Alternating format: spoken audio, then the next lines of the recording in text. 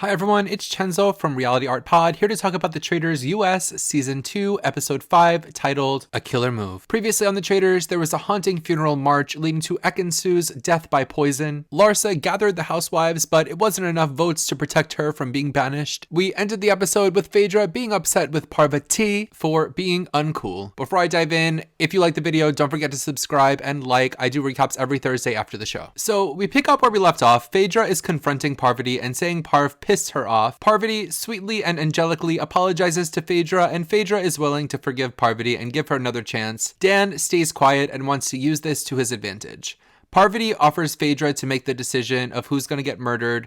Phaedra suggests Sandra, who's writing in her star jammies because she's been sneaking around, and Tamra, who's sipping champagne in bed because Tamra causes chaos. At breakfast the next day, CT and Janelle are first in their finest plaids. Janelle says that the housewives have no idea what they're doing and they're just sticking together unstrategically. Peter arrives and he thinks he's onto the traitors. Peter thinks that Dan is a traitor and Bergie says Peter is his #1 ally. In the end, Sandra comes back in, revealing that Tamra was murdered. We flash back to Phaedra in the turret, deciding that murdering Tamra would benefit her game and call some attention off herself. Tamra finds out she's murdered and she gets very emotional about it. I didn't know she cared so much. I'm sad to see Tamra go here. I never thought she could win the show. It's just a bummer because she's capable of causing so much chaos and drama. We missed out on her for pretty much the entire premiere. Then she came in swinging, going for John and his inhaler. In the end, she really just didn't do much here, and John ended up besting her and beating her, and not even in a really triumphant manner. The players react to Tamra's death. As they do, Phaedra only cares about one thing. She interjects multiple times, saying, "Are there any boiled eggs? Boiled eggs?" and staring at a piece of prosciutto. I can already imagine the comments I'm gonna get. "That's not prosciutto." Cold cut purists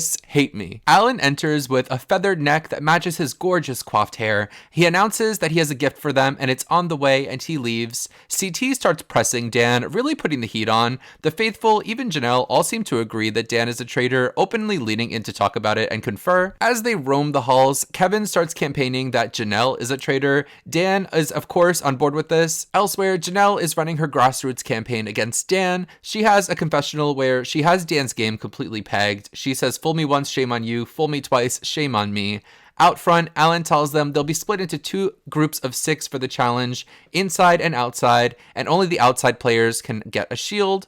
Janelle is ready to cut someone for a shield. The outside players will be bird watching, teamed into pairs. One pair can find shield birds that will make both of them safe from murder. Basically, the bird watchers have to walkie-talkie to the people in the house with sounds that birds they see make. Then the people in the house have to find stuffed birds that make the same sounds. I'm not going to get too deep into this challenge because it's funny and silly, but it doesn't really matter. It's funny hearing them run around the house looking for the right birds and squawking, "Mwah!"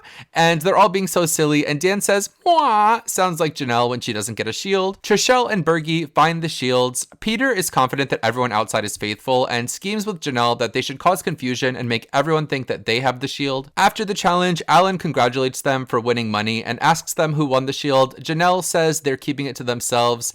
The next phase in Peter's plan is to tell people he thinks are traitors that he has the shield. He tells Parvati, Dan, and CT. In the dining room, Janelle is pushing Dan's name heavy. Kevin is still not buying it. MJ runs the plan back to Dan that Janelle is coming for him.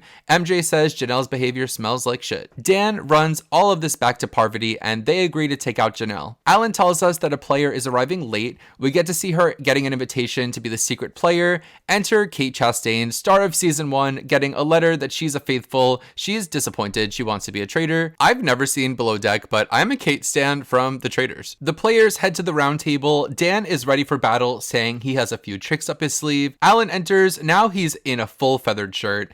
Alan announces Kate as the new player and she joins them for the round table. She even gets to vote. Kevin starts things off first, saying he's going to vote for Janelle and that she's always getting the heat off herself somehow. Bergie speaks up defending Janelle, saying she's always pushing the wrong names and the traitors are keeping her around because she's wrong. Janelle says she thinks the traitors are Dan, CT, and Sandra. Sandra thinks that's crap. John also stands up for Janelle, saying he thinks the traitor is Kevin.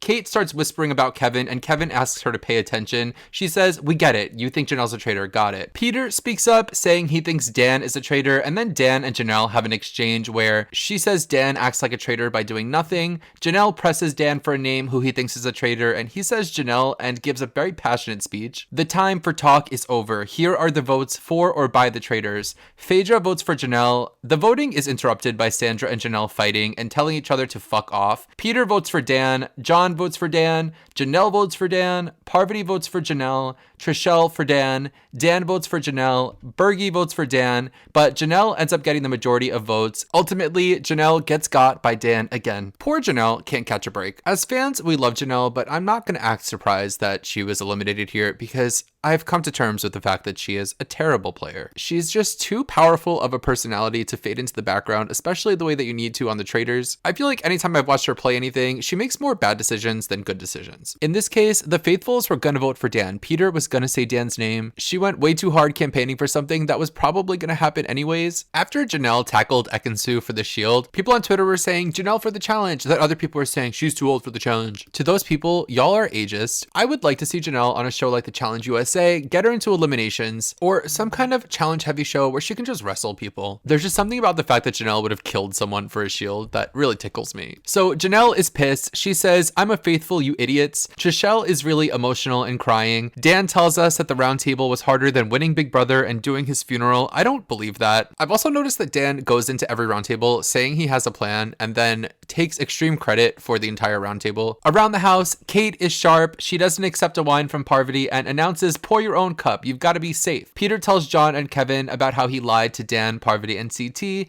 in an effort to trick them into murdering Bergie or Trishelle, prevent the murder from happening, and implicate them as traitors. In the turret, Parvati tells the traitors that Peter told her that he had a shield. Dan says he told him the same thing, and Parvati said that means that Peter is lying.